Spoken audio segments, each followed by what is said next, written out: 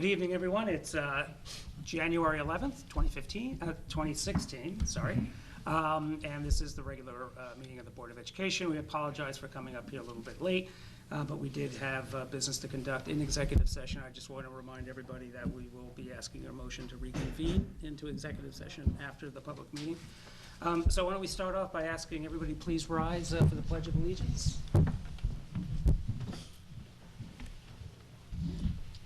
I pledge allegiance to the flag of the United States of America and to the republic for which it stands, one nation, under God, indivisible, with liberty and justice for all. Thank you.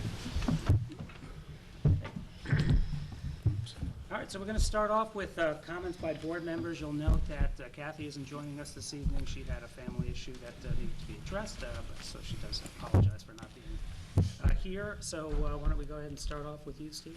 I don't have much to say today, really, other than welcome back everybody who didn't watch the last meeting. I hope you all had great holidays. And kids, start working hard.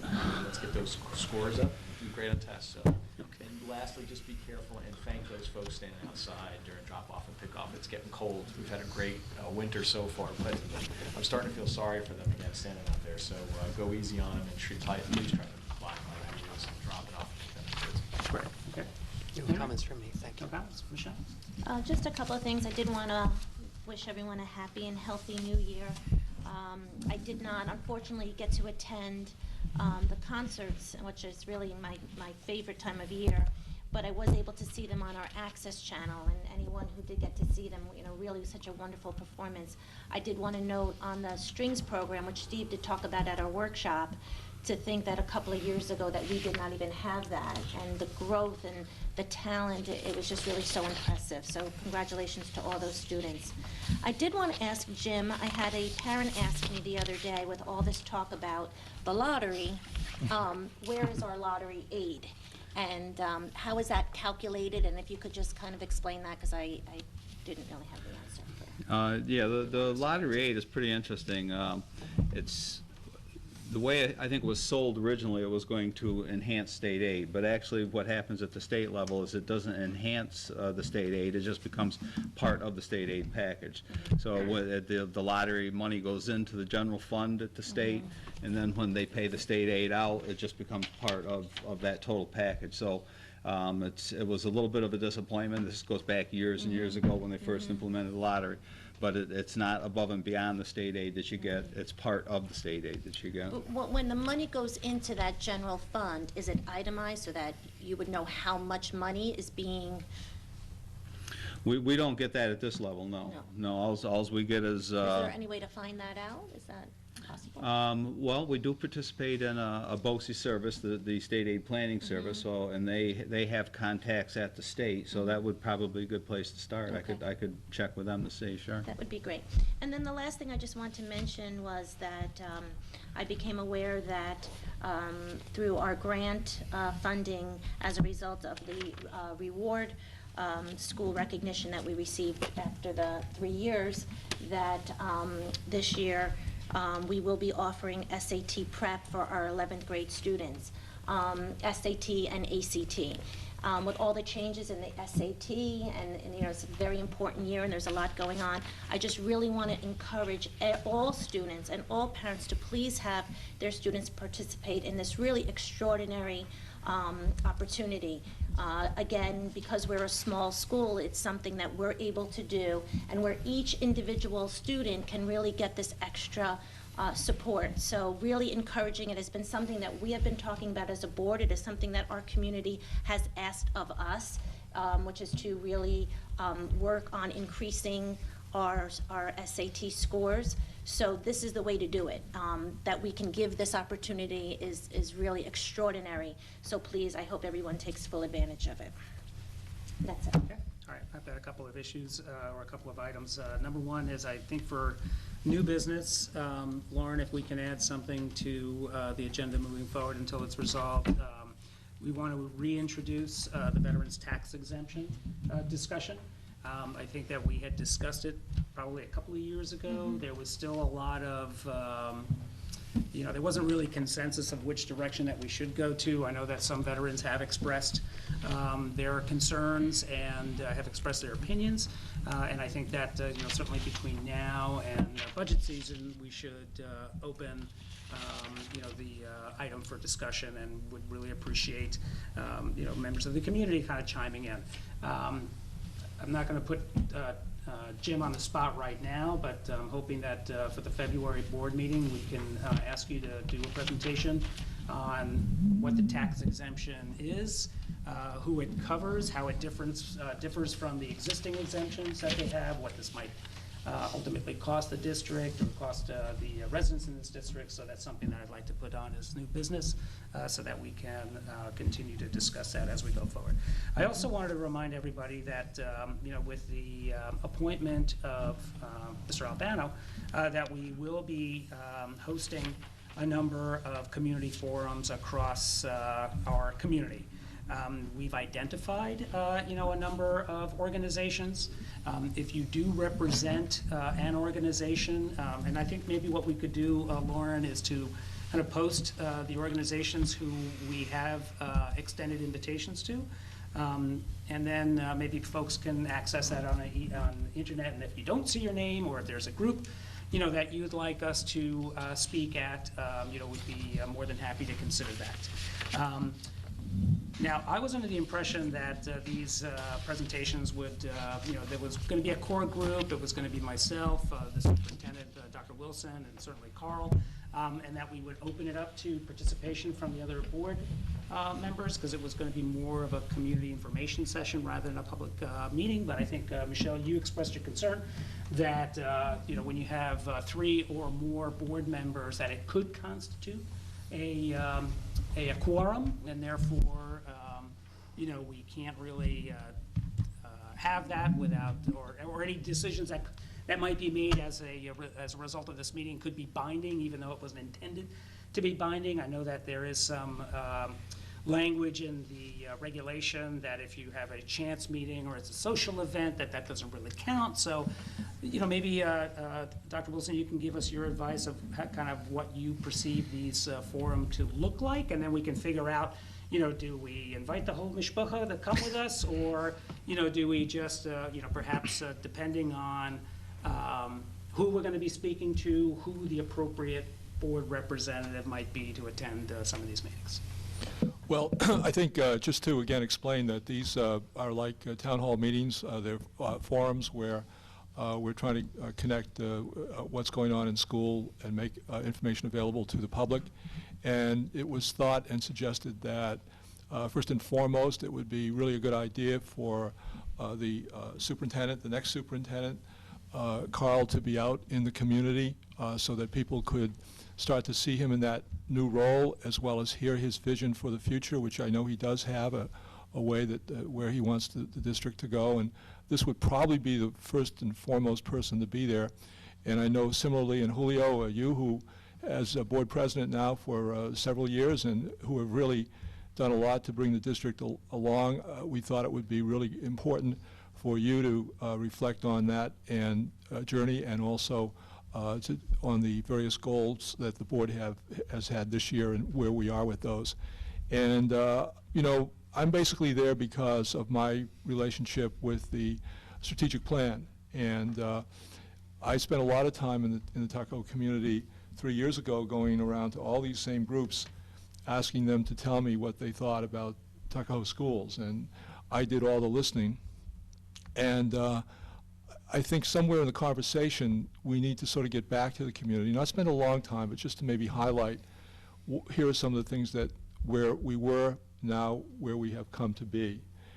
And then it's in that context, sort of the future, the present, and the reflection of the past. I think that where do you want us to go next? I think there then needs to be an opportunity, not in the sense of having a major at all, not having a major kind of a new needs assessment, but just let people, because it is an open forum, if you will, sort of a town hall format, which is so popular right now, to let anybody in the public, if they want something to suggest, or they have a question to ask, or they have comments to make, that would be also an opportunity for that to happen. So sort of a lot of moving parts in this, some of which, as I said, I think first and foremost, Carl, yourself, to the extent that it's time for conversation. Some of the presentations will not lend themselves to this. For example, we've already gotten invitations from some of the civic organizations, be it the Chamber of Commerce, the Rotary in Eastchester, and so on. They have a tight schedule. They have invited us to meetings, but basically those are luncheons where they have, usually like 20 minutes of time. So I think in a situation like that, you really have to think through how that's going to be presented and, the time that they would like also for Q&A. Whereas in some of the other community-based groups, and also groups that support the schools, be it the PTA, of course, the foundation, and so on, they have in the past given us a lot of time. I can remember the needs assessment would go on for 90 minutes, 2 hours. So we're going to have to calibrate, and decide what would work best depending upon the needs of the groups, the interest of the groups, and the time they give us. Certainly, it would be great to have the whole Tuckahoe school family there. Additional board members could attend, but keeping in mind, as you mentioned, there is that quorum issue. You can't have more than 2 in the room, given the size of this board being 5, at the same time on school business, or you're in violation of what's required there. So, we could look to maybe, and then of course the other thing we're doing, we're having these meetings also during the school day, for example, with the student GOs, with the various faculty meetings and other staff, so that to the extent there are going to be different opportunities that maybe board members would like to, kind of look in on 1 or 2 of these at various times. Maybe, and at some point there will be so many of these going on, we may have conflict of schedule. Maybe we can't all be there, maybe we're going to have to trade off, and, somebody say, oh, Julio, that's right, I'll stand in for you here, or somebody else will do it there. So it's kind of that kind of thing.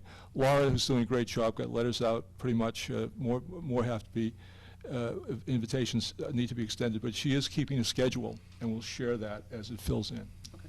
All right, so, I was under a different impression. I thought it was going to be more of a dog and pony show and less, and I don't mean that in a negative sense, but I mean. Well, I think there is a little bit of that. I mean, I think we need to communicate, and we owe it to the community, and as I said, the last time I was involved in this and I was out there, it was we were doing all the listening, as it should have been at that time. And I think now we need to give the community feedback and let them know, here's who we are, here's where we're headed. But I would certainly, if somebody says, I have a suggestion, or I have a question, or I would like to make this comment, I think we have to be open to that. And I think, and it's been quite some time since we've had those focus groups when we were doing the needs assessment, and maybe one of the reasons why that was so successful was because the board wasn't there, and people felt more comfortable, and it wasn't a board presence, and it wasn't a public meeting, and as you could see from, the popularity of tonight's events, people don't maybe feel as comfortable speaking in a formal setting, and those are the times when people can really express what their concerns are, what their vision is, things that are on their mind, and sometimes when the board is present, maybe they don't feel as comfortable doing that. I do think that this is a unique opportunity for the community to share, with our incoming superintendent what is on their mind and what their concern, so that he goes into it knowing that, and he can work with them, or he could reassure, and I think it's a really great opportunity, and I would just want it to be a setting that best presents that opportunity to our public. And we could always follow up with, because I know that Henry, you've already expressed your hope of starting to look at Strategic Plan 2.0, because we're in our 3rd year, next year is the 4th year, and probably then is the opportunity to have, again, another public forum, another kind of revamp, and another revisit, the strategic plan so that it's timely.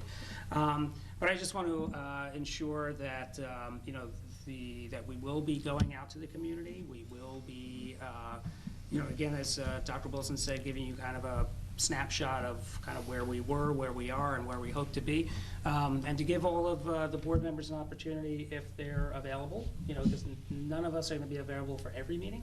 I think that there are some specific meetings that, we would like specific board members to be at. Certainly Michelle and I, as president and vice president, can try to attend as many as we can. But for example, when we meet with the Tuckahoe School Foundation, Stephen, you as the liaison, I hope that you would be, able to schedule that meeting, and Henry, maybe you as a couple parent, might be able to do that. Definitely. But again, the point of this is to remind everyone that we will be having these community forums. It will give us an opportunity to kind of show people kind of where we were and where we're going, with our new superintendent, and also to give, people the opportunity now to kind of reach out to us if there are other groups that we may not have included that would like the opportunity to do that. And I know that aside from specific groups, we will be having community forums with Bronxville Manor and with the Chester Heights Civic Association and some of the other civic associations, and also having a forum down at the village as well. Okay, so Dr. Olson. Yes, as far as the superintendent's reports, a lot of good things have been happening in the Tuckahoe schools. You've heard about some of them already. I would just like to add to that just this past Friday, there was a TV coverage on CBS Evening News of the Caudle Schools kids yoga program, which is really terrific that goes on there, and that was highlighted. Caudle is also commended for the trip that they took over the break, where they had hundreds of kids at the Carnegie Hall performance of the classical piano. Maybe Frank, I'll leave it to you to expand on this, but maybe you could give a shout and a promotion to the scholarship program at Eastchester this week. I know you're going to be there. The basketball. Yeah. Okay, I'll I'm going to just finish these, but I'm just. Not up yet. I think if you could do that for me, that would be very helpful, so I get through this. The New York State, it was already mentioned about the rewards and the grants that were given to the high school for their performance, and with that, the $50,000, a number of things are being done, including there's a program, Judy Hockman's Writing Revolution. I don't know if you want to comment further on that, but that's very important that Carl's been involved in setting up, and as well as an SAT prep program that's going to be implemented starting this year. So that's really good news. Dr. Linehan has been mentoring as part of the reward grant. Now he's mentoring principals in other schools that are using the model of Tuckahoe High School to improve statewide. In fact, we have another school principal visiting us this coming week, I believe it is. Dr. Linehan also reports that the guidance program is now beginning the junior parent meetings, which is part of the college planning cycle. They start early, which is a good thing, a good way to do it. And they are beginning that application planning process.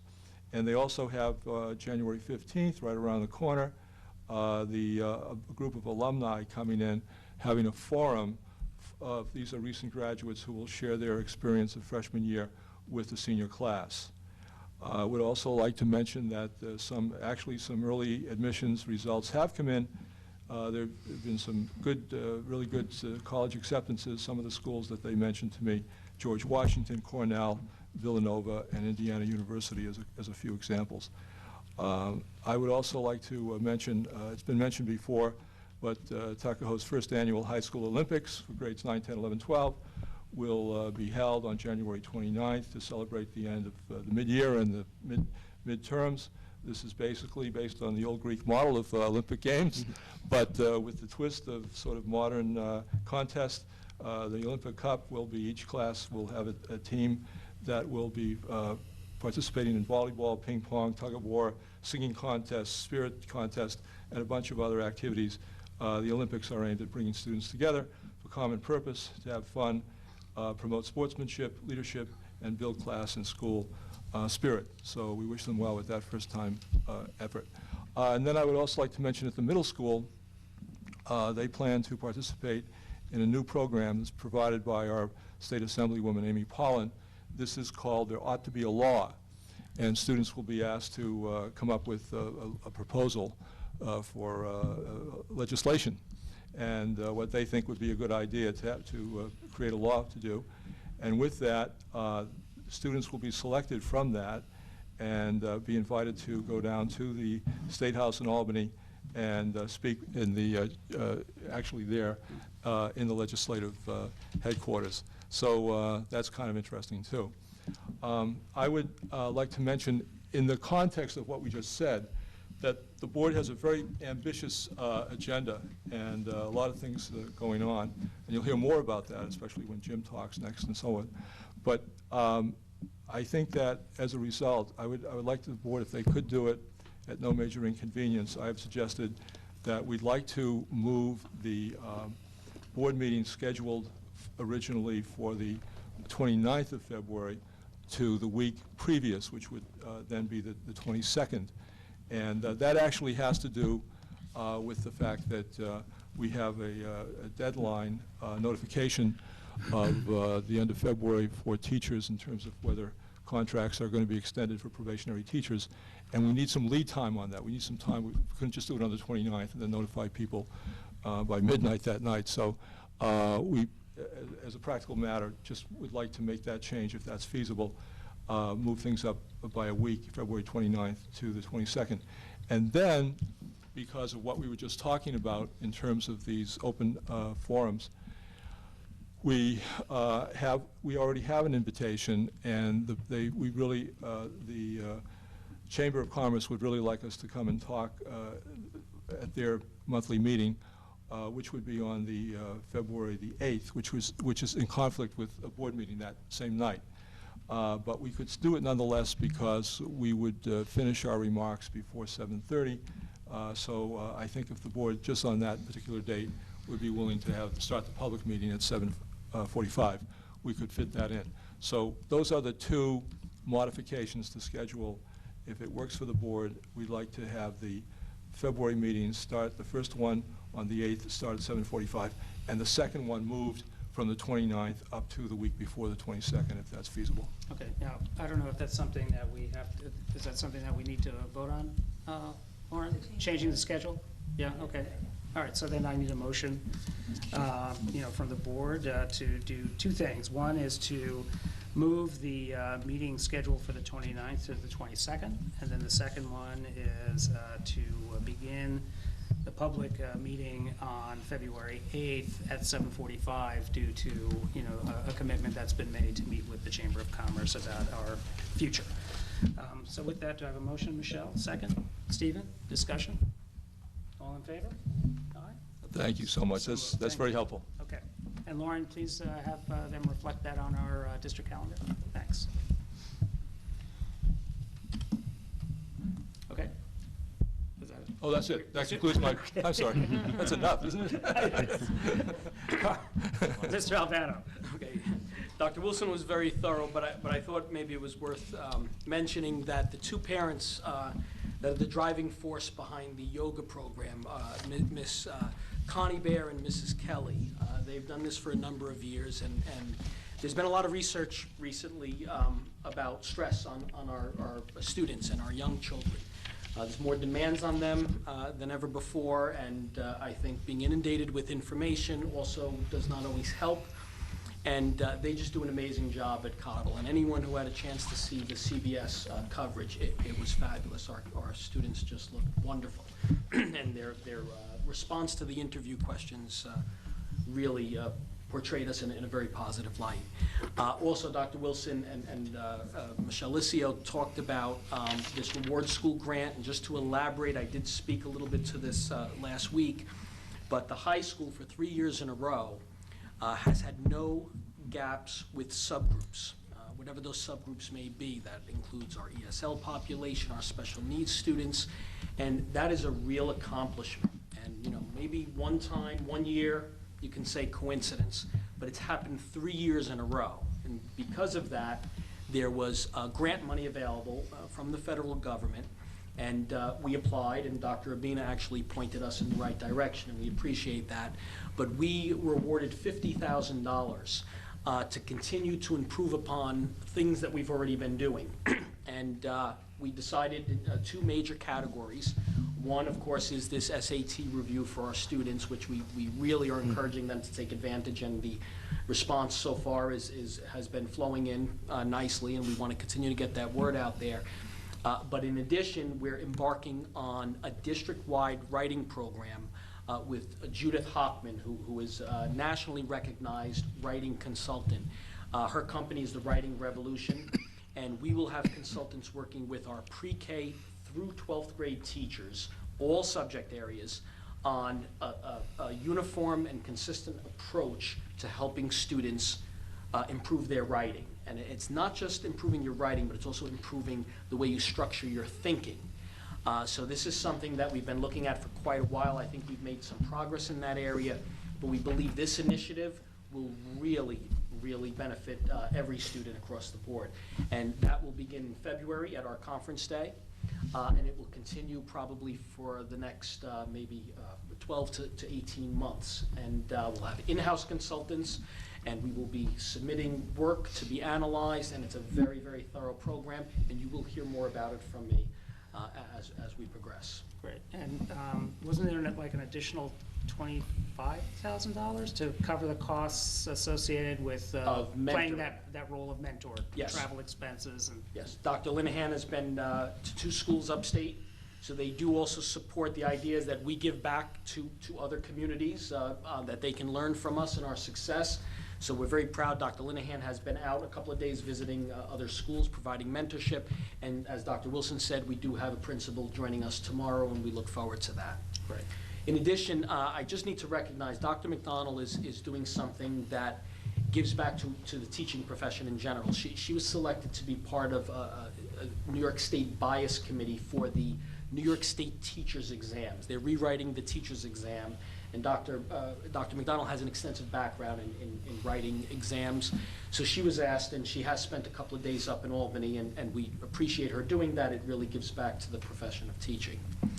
Lastly, the middle school is getting ready for its annual career day, and I apologize for looking at my phone here, but I just want to get the date correct. On March 16th, and anyone that's either participated or heard of the career day, it's an annual tradition. It's a lot of fun. Frank, you may remember it. I think it started when you were in middle school. And this community really gets behind it, and we're looking for volunteers. And we try to offer a wide range of career options for students. The students sign up, and they learn. We've had firefighters, we've had people from the medical profession, from the business world, from all walks of life. And we try to offer our children a wide range, and this community always comes through. So if you are interested, and it's just a morning commitment, please contact Ms. Lauren Nicoletto. She is the middle high school guidance secretary. Give her a call if you're interested. She can explain the details. Again, that's Wednesday, March 16th, Tuckahoe Middle School Career Day. Thank you. Thank you. All right, Mr. Reese. Just a couple of things. I see item number 6, fund balance projection, so I think I'll talk about that along with one of the items here, which is budget. But first, let me start off by saying we do have a school and community facilities exploratory committee meeting scheduled for Wednesday. We ended up with about 22 people on that committee, and this will be our introductory meeting, kickoff meeting. I emailed out with the announcement for the meeting. I emailed a copy of enrollment projection, the committee charge, and also the building condition survey worksheet, so people have a chance to review some of that material before the meeting on Wednesday. And basically, our first meeting, what I hope to do is keep these meetings between like an hour, maybe an hour and a half, because people do have other commitments and what have you. As we progress through, they may be a little bit more lengthy when we start doing presentations from the architect and what have you. But I thought our first meeting we would do introductions, review the committee charge. It's important that the committee understands that they are an advisory committee to the board, and that they, while their input will be considered very seriously, the board actually is the body that has to make the decisions going forward on a capital project. So we'll review the charge. We'll take a look at the enrollment projections. The enrollment projections are just an update. We did not do a full demographic report as we did last year. We just, I went to Lloyd Bishop and asked him just for using the model that they've used before, the cohort survival, where they develop trends and project forward the number of students.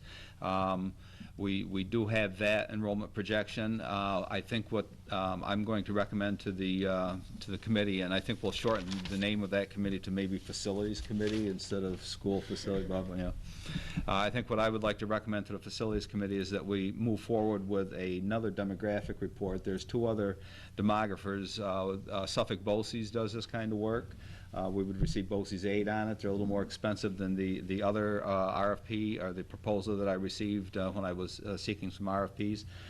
Both come highly recommended and have been used in other districts in Westchester County and north. So we may want to move forward with another demographic report to either say, yes, Lloyd Bishop's numbers are correct going forward, or no, we need to consider something else.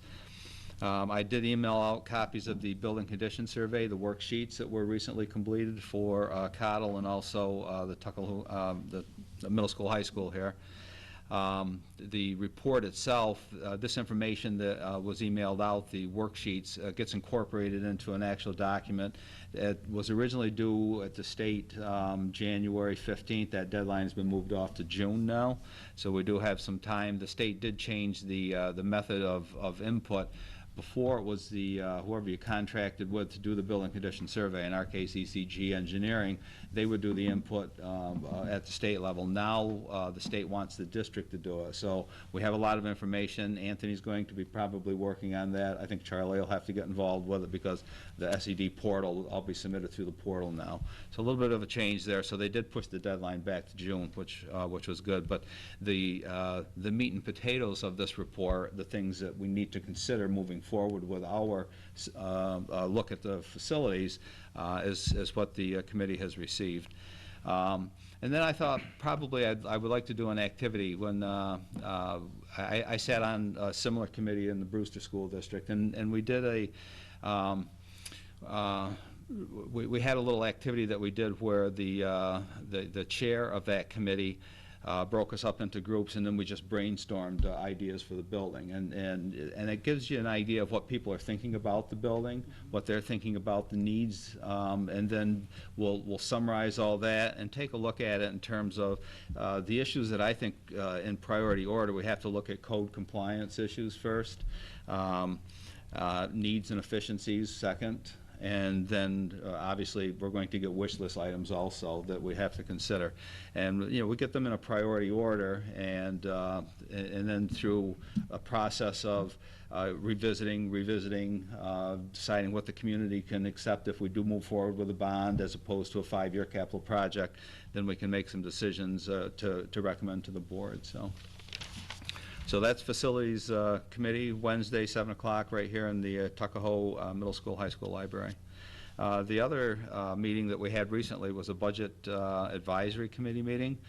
And basically, what we reviewed the budget calendar, budget terminology. I handed out a couple pages of budget terminology just so when you hear things like appropriation and tax cert and revenue, that you have an idea of what we're talking about. We took a look at the enrollment projections that I did send out to the Facilities Committee. I distributed a current budget, the revenue status and the appropriation status, just so people had an idea of the coding system that we used and where we stand right now in terms of budget, the expenditure side and the revenue side. We also reviewed tax cert data. We handed out the database that we have right now. I was talking to Carl earlier today, actually, and we have a potential liability of about $14 million. I think that came up during the state audit also. We have a tax cert reserve of, a little over $1 million now. So I think what we're going to have to do, because we mentioned in our corrective action plan to the state, is that we would take a look at bonding versus budgeting for tax certs. So that's one thing that I will, hopefully the committee as we move forward will be able to take a look at. We also talked about some other committee objectives that we'd like to do going forward. Next meeting was originally scheduled for the 20th. That's now been pushed back for a week, so it's the 27th, 7 o'clock here in the Tuckahoe Middle School, High School Library. Several of us business officials are meeting with Assemblywoman Amy Pauling next week to give her input in terms of some of the things that we would like to see. I think that was a useful meeting. I attended last year. We do have some concerns about the gap elimination. We would like to see the that restored for everyone. It's not a huge impact for us, but it would give us an additional $45,000 on the revenue side. We would also like to see them unfreeze the foundation aid, which has been frozen now for like 3 or 4 years. That would give us a real nice push on the state aid. I know both the Board of Regents and the New York State School Board Association are recommending large increases in state aid to the point of $2.3 billion. That's going to be very important going forward because right now our tax cap, which is commonly referred to as the 2% tax cap, this is not 2%. It's 2% or inflation, whichever is less. Inflation has been running very low. There's a very good chance that we're going to have a zero tax cap going forward for next year. That means we can't increase the tax levy at all. So we need other revenue sources wherever we can get them, the gap elimination, additional foundation aid, grants, wherever we can come up with some additional revenue, and then we have to look at the expenditure side also. The good news going forward, and I'll transition into our fund balance projection, Faith Sparks puts together first blush fund balance projection in January. It's early. We still have 6 months of expenditures to go before the end of the school year. But right now, our revenue is running ahead of where we were budgeting. That's good news. And our expenditures is running lower than what we budgeted. Again, good news. Remember last year, going into 14-15, the board appropriated $1.6 million. You basically liquidated the tax reserve and then appropriated that money in the 14-15 school year. At the end of the year, because we did very well on the revenues and expenditures, we were able to reestablish that tax reserve and still appropriate $1.173 million in 14-15 or 15-16 school year. Okay, what I'm projecting right now, or what Faith and I are projecting right now, is that we probably will be able to restore that $1 million that we appropriated. So if we can do that, then there's Carl and I discussed very generally a plan that I'm putting together right now. I need to talk to Faith about it. We need to bring in our external auditor, O'Connor Davies, have them take a look at the plan, give us a blessing, and if that's the case, then we'll go back to the Budget Advisory Committee first, and we'll come back to the full board with an idea in terms of moving forward with this idea of fund balance. Any questions? That's good news. Good. Okay. Thanks. Well, thanks for being so involved with all of these things. All right, Frank, you're out. First, I just want to wish everyone a Happy New Year, and I hope everyone had a nice holiday season. I can definitely speak for the students. We definitely need a longer break.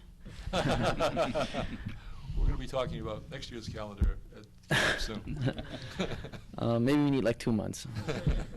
Kind of what's going on in the classroom, we're kind of just, getting back into the groove of things. I know midterms are coming up, so everyone's getting ready for that. For the GO, our next big event, as Dr. Wilson said, was the Olympics. We're very excited. It's a whole new event. I'm glad that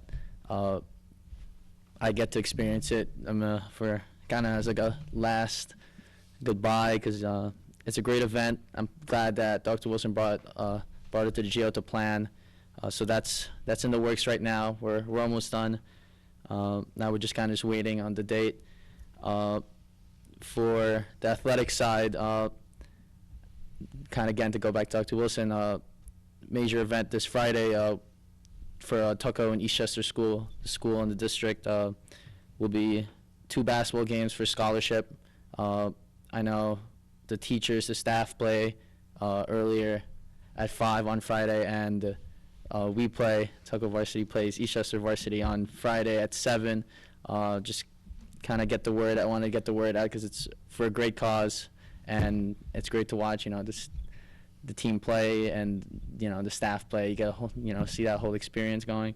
And recently I was able to find out that several players, 3 players from Tuckahoe varsity football team received great awards, statewide awards, starting with Christian Pinto, who received All-State Honorable Mention, and also Matthew Annunziata, who also received All-State Honorable Mention, And finally, a really good friend of mine, Christopher Corrado Jr., received All-State Award for, I want to say, defensive back. So congratulate those three outstanding players and, of course, the football team who had a great season and great playoff run.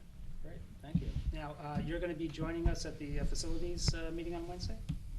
Just give me a time and I'll be there. Okay, well, it's going to be Wednesday, I believe it's at 7. Wednesday, 7, right here. 7 Right here, o'clock Wednesday at 7? Yeah, and, Okay. I mean, we'd love to get your, your insight on kind of, Mhm. I keep hearing things about the cafeteria, could be improved. Yeah. But, if you're able, maybe you can recruit an 11th grader. Okay. To become part of that committee, because they would really have, a vested interest in, adding their, input so that we can, make sure that we address, or we at least identify, some of our facilities needs. So if you could reach out to somebody, that would be really helpful. Yeah, I'll get right on it. First comes to mind, I'll probably go to Brian Baker, who's Oh, yeah, that's. the junior class president. Hopefully, he comes whole school next year once I leave. Okay. But I'll definitely be on it Wednesday, 7 o'clock here. Wednesday at 7 o'clock here. Yep. Great, And the, thank and you. the basketball games at Eastchester review. At Eastchester High School. Great.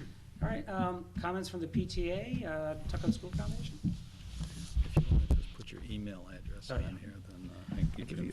Good evening, everyone. I'm Tara Zeggers. I'm Vice President of the PTA. I just wish everybody a Happy New Year. Thank you. I have just 3 items tonight. First, we're starting to ramp up for Building Bridges at Cottle School, which is the week of February 22nd. Information went out on that this Friday in the Cottle Weekly, so it is up on the website now. There is a sign-up genius. The schedule is all set. I encourage everybody to get in there, sign up for a slot. And Frank and I spoke earlier, too, about ways that we might be able to bring some of the seniors or some of the kids up from the high school to do some things with me. So we'll be talking about that on a going forward basis. Also at Cottle on March 5th, we have Science Fun Day. That is also up on the website and in the weekly. A sign up for that. We do need volunteers for that as well. And Frank and I also spoke about that one. Hey, look, you asked me to get you involved, Yeah. I'll get you involved. Okay. And then the last thing, this is a change. The PTA Spring Social, which is our biggest fundraiser of the year, we have changed the date from, I believe it was April 27th to the following week, which is May 5th. The reason for the change is that we were hoping to make it a little bit easier for those who observe Passover the weekend of April 27th, so we were able to do that. It's going to be at Molino's at Lake Isle again. We've decided on a Broadway theme this year, so it should be fun. There's hopefully going to be some entertainment this year and a live auction with some really good prizes. So I will hope that everyone will keep an eye out for that and buy your tickets. So, thank you. All right, thank you. Okay, we go to the first recognition of the audience. No, we don't have much of an audience. Actually, I was at a meeting at work today, and we were talking about creating an opportunity to stream, some of these subcommittee meetings, and we thought that there's certainly a benefit to doing that, but we also realize that if we stream, most people would participate at their desks and not actually come down to Philanthropy New York to, do the face-to-face. So, I just, again, invite folks, I really appreciate the fact that you guys are watching and also taking advantage of the streaming, but, please feel free at any time to come down and meet with us and to discuss or to bring up any issues, concerns, or accolades that you'd like us to know about. All right, so with that, we're going to go to old business for the state aid calculation advocacy. Mr. Reese, do you have No additional information. We're still waiting. As I mentioned before, the group came down, met with us for several hours, basically collecting a great deal of information, and they're still synthesizing that. And we probably will be meeting with them, by the end of the month, beginning of February, maybe. Great, okay. All right, we'll now move to ask for a motion to approve the consent agenda, items 2 to 11. Do I have a motion? Stephen, second. Henry, discussion? All in favor? Aye. Opposed? So moved. scroll down here. All right, next one is business of the board to approve an agreement, resolve to approve an agreement with Dr. Joel Wolfson for the period September 9th, 2015 through June 30th, 2016 for psychiatric evaluation and consultation at a rate of $350 per hour, not to exceed $5,000. Do I have a motion? Michelle, second. Stephen, discussion? All in favor? Opposed? So moved. Personnel, a motion to appoint Joel Abrams and Andrew Colaswano as junior carnival co-advisors at a stipend of $688 each for the 2015-2016 school year. Do I have a motion? Stephen, second. Michelle, discussion? All in favor? Aye. Opposed? So moved. Okay, now we go to our second recognition of the audience, which has decreased by 100%. I'm gonna guess there's no one to come up. Okay. The opportunity is always there, folks. Okay, so with that, I'm going to ask for a motion to reconvene executive session, and then after executive session, we'll adjourn the meeting, and we'll ask for a motion then. Do I have a motion to reconvene? Stephen, second. I'll give you Henry. Henry has to recognize it all today. So, all right, any further discussion? All in favor? Aye. Opposed? So moved. So we will see you, again, we have a board workshop. I should have had these dates at the ready. We do have a board workshop scheduled in a couple of weeks. Well, the Is it? 20th, we have a... Well, the 20th, we have a special meeting for the Special purpose meeting. of executive session to discuss negotiations and things like that with our attorneys. We have the workshop that, rather the committee this week, Right. on the Wednesday. Right, but I thought I do know that we will be meeting later on this month. Please take a look at the calendar and, I you know, believe for the those dates. 29th is the workshop. The 29th is a workshop, right. Okay, so with that, thank you very much for attending, and It's February. hold on, February 8th. February 8th. February 8th is the formal board meeting. Right, Workshop on the 29th? 29th is a We just Friday. moved it to the 22nd. Let's move Right. 22nd. No, my apologies, though. okay.